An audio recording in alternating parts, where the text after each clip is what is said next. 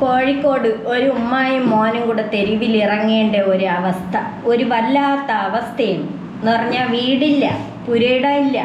ഒരു വാടകയ്ക്കാണ് താമസിച്ചിരുന്നത്. വാടകയ്ക്ക് താമസിക്കുമ്പോൾ ആ വാടക വീട്ടിലെ ഓണർ ഇവരെ വന്നിട്ട് പെട്ടെന്ന് ഇറങ്ങാൻ പറയുകയാണ്.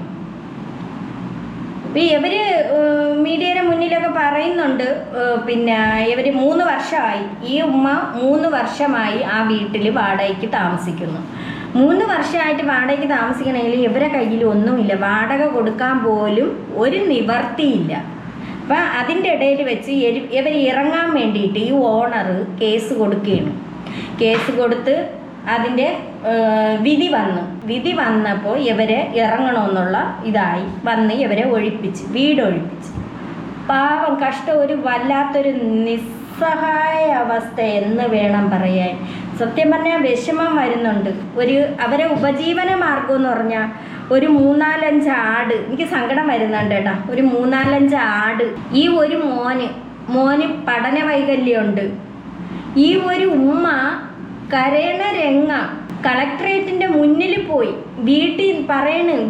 മീഡിയക്കാരെ മുന്നിലാണ് പറയണത്. അവരാരടുത്തും ഒന്നും പറഞ്ഞില്ല. സാധനങ്ങളെല്ലാം വാരി വെളിയിൽ ഇറങ്ങിയിരിക്കണം.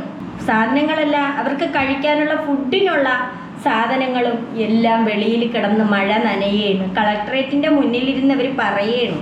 സംഭവം എന്ന് പറഞ്ഞാൽ ഇവർക്ക് ഒരു മോനും ഒരു മോളുമാണ്. മോള് വർഷങ്ങൾക്ക് മുമ്പെന്നാണ് പറയണത്, ഇപ്പോൾ ഒരുപാട് വർഷമൊന്നും ആയില്ല. എങ്കിൽ തന്നെ 14 വയസ്സായ മോളായിരുന്നു. ഈ മോള് കുറേ എണ്ണം പീഡിപ്പിച്ച്. അപ്പം അതിൻ്റെ പേരിൽ ഇത് കേസായി. ഇവർ കേസ് കൊടുത്തു. മോളെ പീഡിപ്പിച്ചതിൻ്റെ പേരിൽ കേസ് കൊടുത്തെങ്കിൽ കേസൊന്നും ആയില്ല. അവിടെ ഏതായാലും ഉദ്യോഗസ്ഥനോ അങ്ങനെയെങ്ങാണ്ടേയൊക്കെ വന്നിട്ട് കുട്ടിയെ ഒരുമാതിരി പറഞ്ഞു എന്ന് പറഞ്ഞാൽ പെൺകുട്ടിക്ക് വിഷമം വരുന്ന രീതിക്ക് എന്തെങ്കിലും പറഞ്ഞു കാണും. അങ്ങനെ പറഞ്ഞപ്പോൾ ഈ കുട്ടി മാനസികമായിട്ട്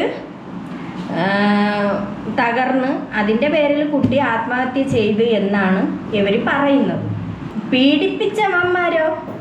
ഇവന്മാരെ പേരിൽ ഇന്നേവരെ കേസും ആയിട്ടില്ല. ഇവർക്കൊരു നീതി കിട്ടിയതുമില്ല. കുട്ടി അങ്ങ് മരിക്കുകയും ചെയ്തു. യവന്മാരിപ്പോഴും വിലസി നടക്കുന്നു. പിന്നെ ഈ ഒരു മോനുള്ളത്, അപ്പം മോള് നഷ്ടപ്പെട്ട് കഴിഞ്ഞു. മോനുള്ളത് പഠന വൈകല്യം. ഈ മോള് മരിച്ചതിന് ശേഷമാണ് ഇവരെ ഭർത്താവ് മരിക്കണത്. അപ്പം ഇവർക്ക് എങ്ങടോ ഇല്ലാത്ത ഒരു അവസ്ഥയായി. ഈ മോന് +1 +2 അങ്ങോട്ട് പഠിക്കണം ഒരു മോന്. ഈ ഉമ്മാരെ കൂടെ ഈ മോനുണ്ട്. ഒരു 5-6 ആടുകളും ഉണ്ട്. വന്നിട്ട് കോഴിക്കോട് മുന്നിൽ വന്നിട്ട് ഇവരങ്ങ് കരയണം. ഇവർക്ക് പോവാൻ എങ്ങടയില്ല. അത് രാത്രിയിലാണ് ഇവരെ അടിച്ചിറക്കിയതെന്ന് അവർ പറയുന്നു. കഷ്ടം. അവർ വന്നിട്ട് കിടന്ന് കരയണം. ഓരോരുത്തരും വിളിക്കുന്നുണ്ട്. അങ്ങനെ വീടിന് വേണ്ടിയിട്ട് ഇവരെന്തോന്ന് ചെയ്ത് വീടിന് പഞ്ചായത്തിൽ പറഞ്ഞ് അപേക്ഷ കൊടുത്തു. ഇവർക്ക് വീട് കിട്ടിയില്ല. ഒരു റേഷൻ കാർഡില്ല. ഇവർക്കൊന്നുമില്ല. സത്യം പറഞ്ഞാൽ ഫുഡിന് പോലും ആളുകളായിരുന്നവർക്ക് കൊടുത്തോണ്ടിരുന്നത്.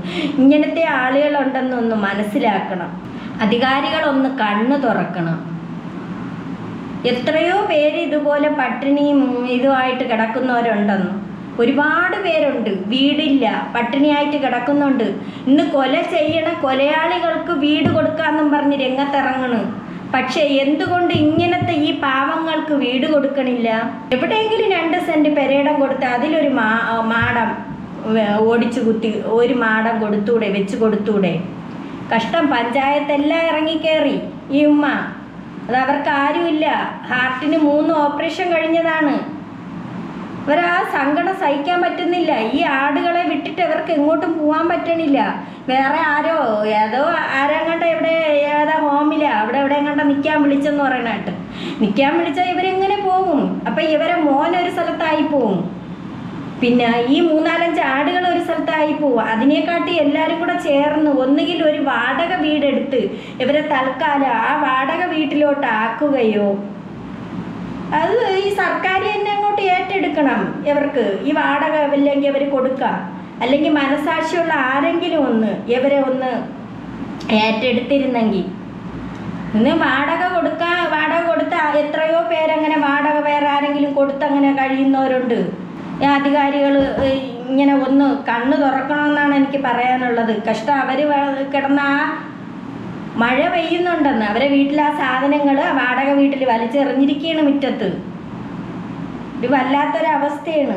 ഇവർ എവിടെയെങ്കിലും ഇവരെ കൊണ്ടുപോയാൽ ഈ ആട്ടിനെ എന്തോന്ന് ചെയ്യും? അവർ അതാണ് പറഞ്ഞത്, ഇവരെ ഉപജീവന മാർഗം എന്ന് പറയണ ഈ ആടാണ്. കുറച്ച് വലുതായെങ്കിൽ അതിനെ പിടിച്ച് കൊടുക്കാമായിരുന്നു എന്നവർ പറയുന്നുണ്ട്. പക്ഷെ അതിൻ്റെ കൂടെ ഇവർക്ക് സംസാരിക്കുമ്പോഴൊക്കെയാണ് ഈ നാക്കെടുക്കാ പ്രാണികളെടുത്ത്, അതങ്ങനെയാണ്. ഈ നാക്കെടുക്കാ പ്രാണികളെടുത്ത് സംസാരിക്കുമ്പോൾ കുറച്ചൊന്നൊരു സമാധാനം ഉണ്ടാവും. പട്ടിയായാലും പൂച്ചയായാലും ആടായാലും അതങ്ങനെയാണ്. അവരെ നോക്കുമ്പോൾ എന്തെങ്കിലും വിഷമം ഉള്ളിനകത്തുണ്ടെങ്കിൽ ആ ഒരു പകുതി വിഷമം മാറും. അത് അവർ പറയുന്നുണ്ട്. അത് അങ്ങനെ കഴിയുന്നവർക്ക് മാത്രമേ അതിനെക്കുറിച്ച് അറിയാൻ പറ്റൂ. നമ്മളെ ബോച്ചെ സാറൊക്കെ എങ്ങോട്ട് പോയാന്തോ. ബോച്ചെ സാറൊക്കെ നല്ല മനുഷ്യനാണ്. അതുപോലെ സുരേഷ് ഗോപി സാറൊക്കെ നല്ല ഇതാണ്. ഈ പാവങ്ങളെ ഒരുപാട് പേരെ സഹായിച്ചിട്ടുണ്ട്. ബോച്ചെ സാർ അതുപോലെ തന്നെയാണ്, നല്ല മനുഷ്യനാണ്.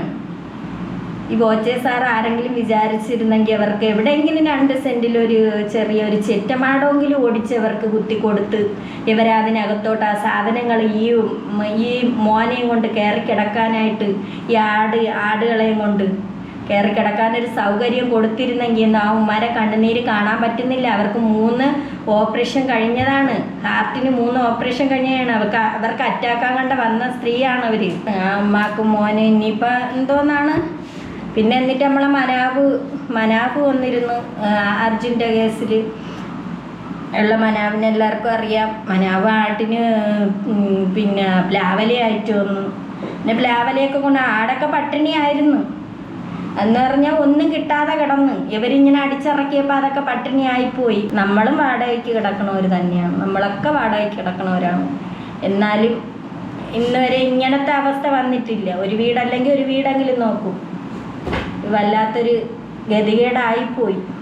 അവർക്ക് ആരുമില്ല. അവർ പറയുന്നുണ്ട് അവർക്ക് ആരുമില്ല. ബന്ധുക്കളൊക്കെ വെറും അത്തപ്പാടികളാണ്, ഒന്നും ഇല്ലാത്ത ആൾക്കാരാണ് ഇവരെ കുടുംബം. പിന്നെ ഇവരും കൂടെ കയറി ചെന്നാൽ തോന്നി ഇവർ ഈ സാധനങ്ങൾ വാരിക്കൊണ്ട് എങ്ങോട്ട് പോകും? അവരൊക്കെ തന്നെ ചെറ്റക്കുടിലൊക്കെ കിടക്കണവരാണെന്ന് പറയുന്നത്. ആരെങ്കിലും ഒന്ന് കാണണമെന്നുണ്ടെങ്കിൽ അവരെ ഒന്ന് പിടിച്ചടയ്ക്കാനായിട്ട് ഒരു സ്ഥലം ഒരുപാടൊന്നും അവരാഗ്രഹിക്കണില്ല. അവർക്കൊന്ന് കയറി കിടക്കാനായിട്ട് തല ചായ്ക്കാൻ വേണ്ടിയിട്ട് ഒരിടം ഈ അധികാരികളൊന്ന് കണ്ണ് തുറന്നു പോകുന്നത്. അല്ലെങ്കിൽ പഞ്ചായത്തിൽ നിന്നെങ്കിലും വീടൊന്ന് കൊടുക്കേ, അല്ലെങ്കിൽ ആരെങ്കിലും 2 സെൻറ്റ് പെരയിടം കൊടുക്കേ, അങ്ങനെയൊക്കെ എന്തെങ്കിലും ഒന്ന് ചെയ്തെങ്കിൽ അവർ എവിടെയെങ്കിലും ആ മോനെ ഇട്ടുകൊണ്ട് ഈ ആടുകളെ ഇട്ടുകൊണ്ട് കയറി കിടന്നനെയായിരുന്നു. ഒന്നും പറയാനില്ല. അമ്മമാരെ കണ്ണുനീര് കണ്ടപ്പോൾ സഹിക്കാൻ വയ്യാത്തതുകൊണ്ടാണ് 2 വാക്ക് പറയണം എന്ന് തോന്നി. വിഷമം വന്നതുകൊണ്ടാണ് പറഞ്ഞത്.